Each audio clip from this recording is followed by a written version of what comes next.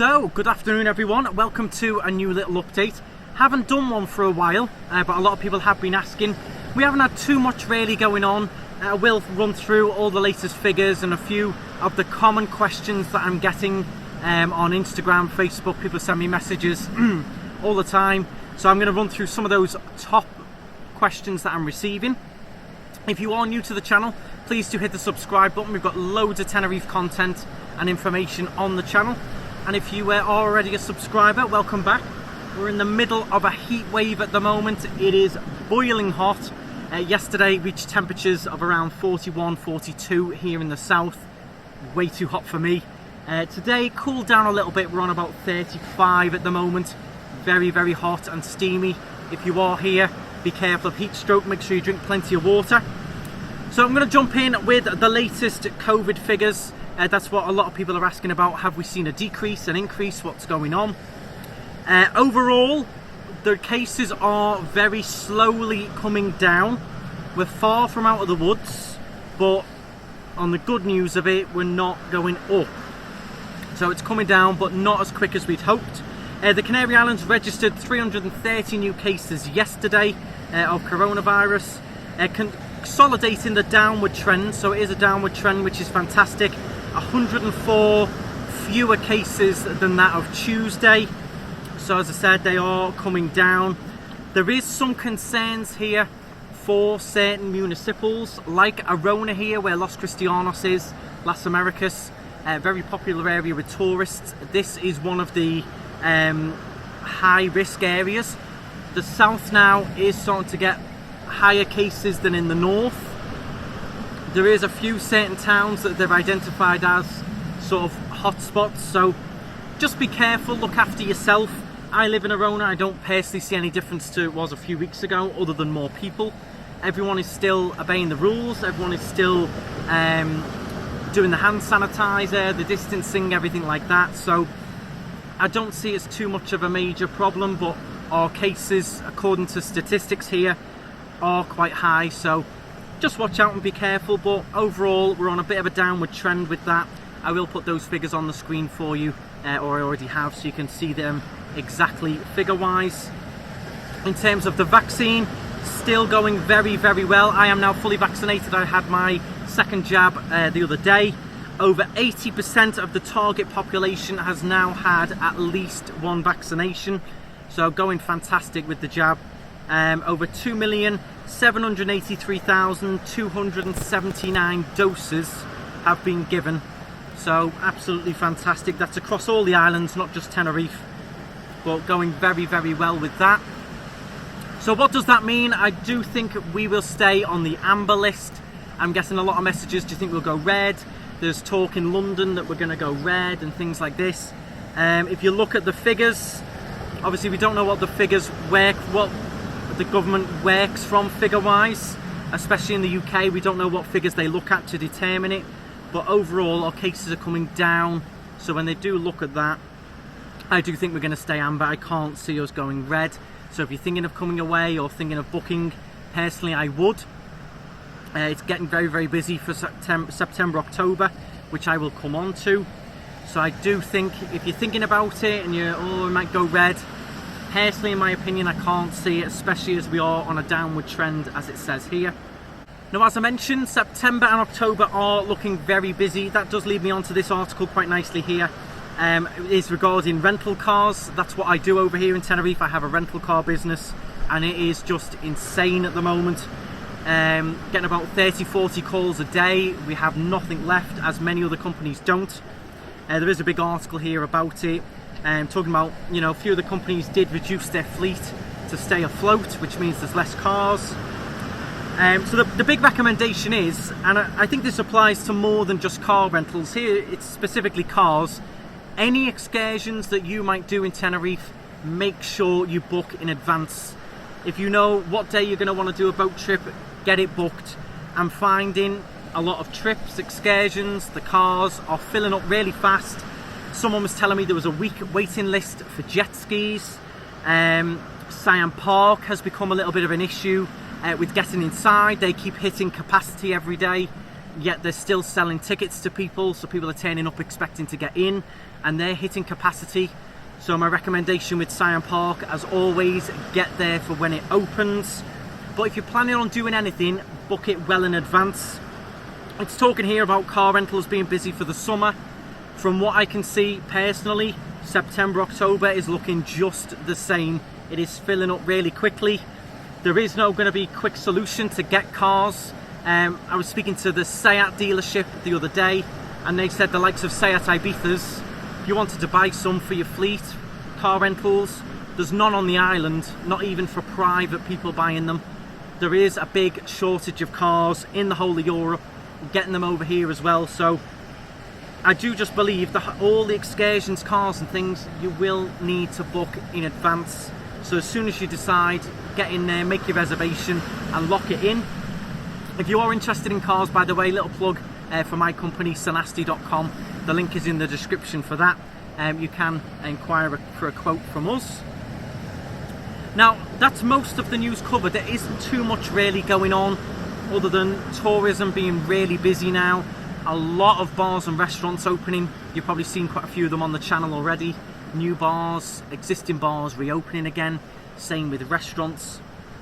Now, a lot of the common questions I'm getting are as regards to coming over. What's the process? What tests do you need? What information do you need to do? What do you do with the QR code? So I will briefly run through, for the UK, this is in particular, what you'd need to do when you come over here. So you'd book your flights, book your trip, your holiday sorted. Now a lot of people start worrying about all the stuff they've got to do to come over.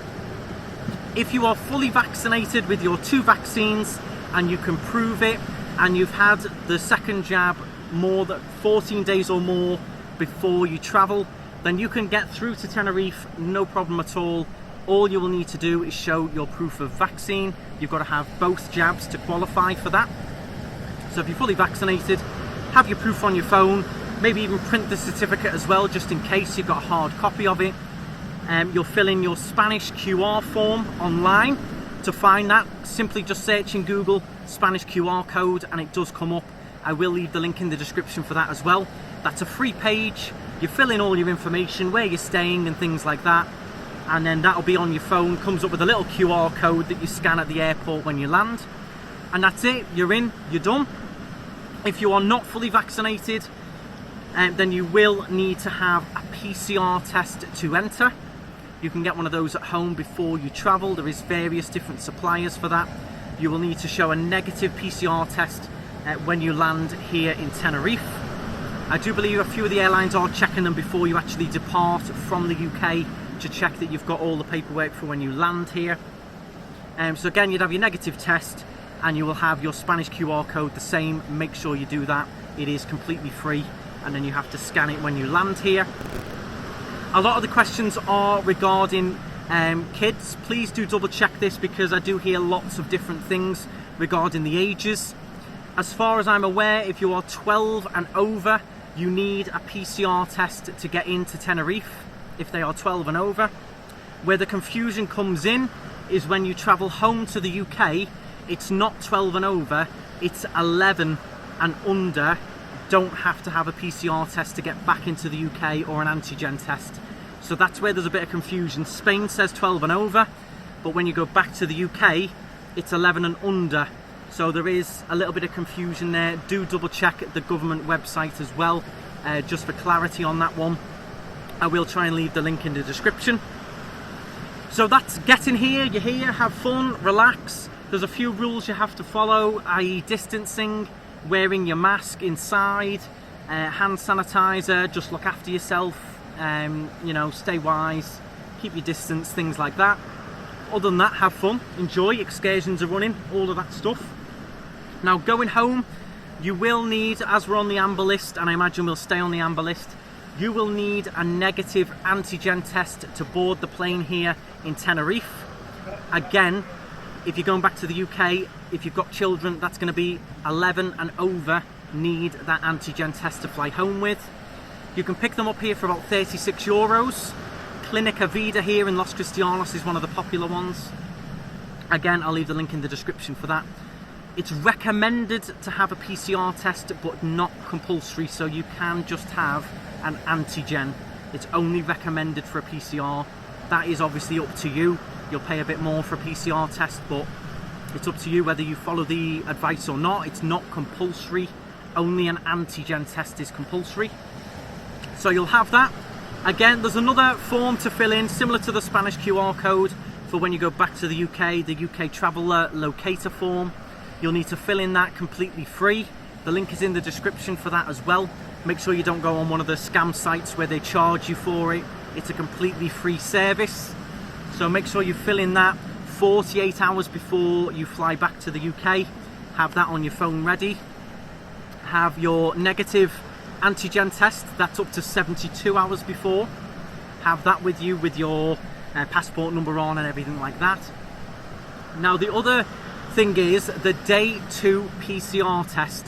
You will have to have that booked. I'm getting mixed messages. A lot of them, the airports, when they get back, they are not actually checking if you've booked the second day PCR test. They're only randomly checking if you have that second day test booked. I wouldn't take the risk, get it booked. You can get them with Randox for about £46. But people are saying, oh, you can go through without one. You should have one. It's just that in some of the airports, they're not checking them. They're only randomly checking, you know, certain people or a certain number of people that they have that day 2 test booked and paid for. So it's not as complicated as it sounds. You just need to have those couple of things done. The traveller forms take about 10 minutes and they're completely free. Antigen test, not mega money over here. Fairly cheap, fairly quick as well, especially that one in Los Cristianos. About 20 minutes for results. A lot of the other questions I get are regarding excursions, how busy they are. That's what I've mentioned before, very busy. A lot of the questions are about tests and things like that. The other common question I'm getting, which was a shame because it did cause a lot of confusion when they brought it in for just a couple of days and then removed it, is regards to eating inside and drinking inside. A lot of people still think they need to have a fully vaccinated certificate or a negative test to eat inside. They scrapped that rule after about 2 days of having it in place. So you can eat inside, drink inside, whether you're vaccinated, whether you've had a test, it doesn't matter. You can sit and drink and eat inside safely, no problem at all. You don't need any certificates or vaccinations for that. Other than that, I think I've covered most of it. If you do have any other questions, drop them in the comments, because I do look through them all. Maybe for the next little video I can answer some of the other questions you might have. I hope that's made it quite clear for most of you. Not much other news really, other than people are coming, having a ball.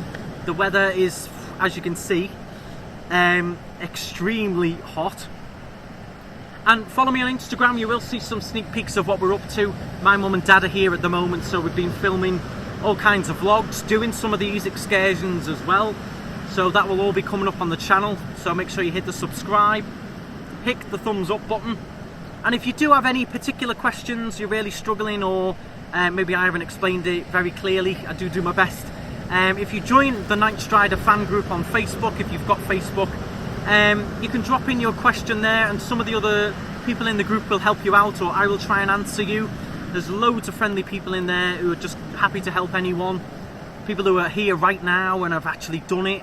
You know, you might have a question, anyone with kids, how does this work? And there'll be people in that group who are here with kids, so who've done it, who might be able to help you. So join that group as well. I think I'm going to either jump in the sea or go for a shower, because it's extremely hot. Thank you very much for watching. Hit the subscribe, try not to melt if you're over here, and hopefully you might see me again next week if I haven't melted already. Stride on, guys.